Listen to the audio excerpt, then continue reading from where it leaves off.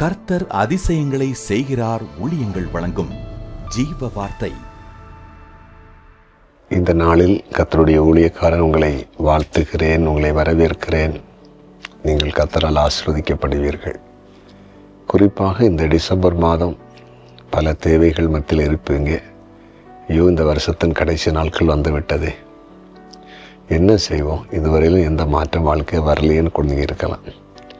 இந்த டிசம்பர் மாதத்தில் ஆண்டவர் உங்களுக்கு அற்புதம் செய்ய போகிறார். பெரிய காரியத்தை நீங்கள் பார்க்க போகிறீங்க. கலங்கவே வேண்டாம். புதிய மாதத்துக்குள் நீங்கள் பிரவேசிக்கும் போது நிச்சயமாக ஒரு சமாதானத்தோடு ஆசீர்வாதத்தோடு பிரவேசிக்க போகிறீங்க. சரியா? இந்த நாளில் ஜீவ வார்த்தைக்கான வசனம் சங்கீதம் 22:5 வசனம்.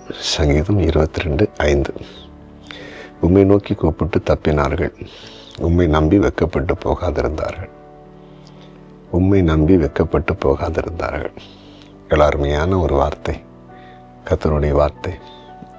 ஆண்டவரை நம்பி வெட்கப்பட்டு போகலையா? வெட்கப்பட்டு போகாமல் இருந்தாங்களா? இன்றைக்கி நீங்கள் சில வேளையில் மனிதர்களை நம்பி வாழ்க்கையில் ஏமாந்து நஷ்டமடைந்து வெட்கப்பட்டு போயிருக்கலாம். ஆனால் உங்கள் வாழ்க்கையில் சூழ்நிலை கொஞ்சம் மாற்றி அமைத்து கொள்ளுங்கள். மனிதர்களை நம்பி வெட்கப்பட்டு போன நீங்கள் இனி கர்த்தரை நம்ப ஆரம்பிங்க. ஏசப்பாயை நம்புங்க. இன்று முதல் அவர் உங்களை வெட்கப்பட்டு போகவே விட மாட்டார். எந்த காரியத்தில் வெட்கப்பட மாட்டீங்க. வெட்கப்பட்ட மாதிரி ஒரு சூழ் வர மாதிரி இருக்கும், தோல்வி அடைகிற சூழ்நிலை வர மாதிரி இருக்கும், நஷ்டம் அடைகிற சூழ் வர மாதிரி இருக்கும். சில வேளையில் எல்லாவற்றையும் இழந்தது போல கூட இருக்கலாம். ஆனால் உடனே சூழ்நிலையை மாற்றிடுவார், உடனே மாற்றி அமைப்பார். யோபுடைய வாழ்க்கையை பாருங்கள். எல்லாம் இழந்துட்டார். எல்லார் மத்தியிலும் வெட்கப்பட்ட போல இருந்தார். நண்பர்லாம் அவரை தவறாக பேசினாங்க.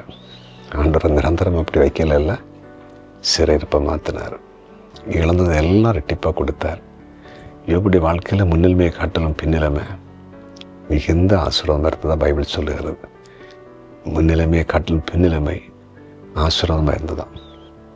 அதே போல் உங்கள் வாழ்க்கையை கர்த்தர் வைப்பார். ஏசப்பாயை நம்புங்க. வெட்கப்பட்டே போக மாட்டீங்க. இன்றைக்கு வெட்கப்பட்டிருக்கிற நீங்கள் இனி வெட்கப்பட போகிறதில்ல. கர்த்தர் உங்களுக்கு அப்படி அற்புதங்களை செய்ய போகிறார். ஜெபிப்போம், ஜெபிக்கலாம். எங்கள் அன்பு ஆண்டவரே, எங்களை வெட்கப்பட்டு போகாதபடி செய்கிறவரே, இதோ உம்முடைய வார்த்தையை கேட்டுக்கொண்டிருந்த அருமையான தெய்வ பிள்ளைகளாகிய ஒவ்வொருவரையும் உம்மை நம்பி வாழ கிருபை தாரும். இனி இவர்கள் எந்த காரியத்தில் வைக்கப்பட்டு போகக்கூடாது.